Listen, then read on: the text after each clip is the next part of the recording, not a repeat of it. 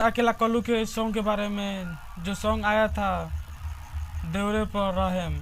दोस्तों तो आप लोगों को कैसा लगा ये वीडियो जरूर कमेंट करके बताइएगा। नमस्कार, प्रणाम, हर हर महादेव। दोस्तों मैं हूँ विक्की और आप देख रहे हैं भोजपुरी रिएक्शन। दोस्तों मेरे चैनल पर अगर नए हैं तो ज़रूर सब्सक्राइब कीजिएगा और बेल आइकन दबा दीजिए, जिससे मैं कोई भी वीडियो डालूँ तो आपके पास नोटिफिकेशन पहुँचे और आप देख पाएँ।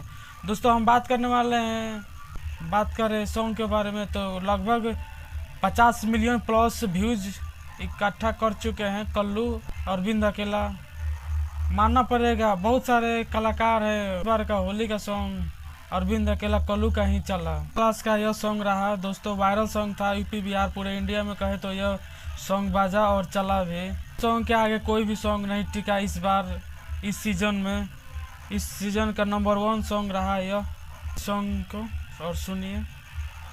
सॉन्ग के राइटर थे अखिलेश कश्यप, जो बहुत ही अच्छा सॉन्ग लिखते हैं और इन्होंने वायरल एक न्यूज़ रिपोर्टर थे, उनका 2 लाइन उठाकर इसमें डाल दिए और यह गाना भी हिट हो गया दोस्तों।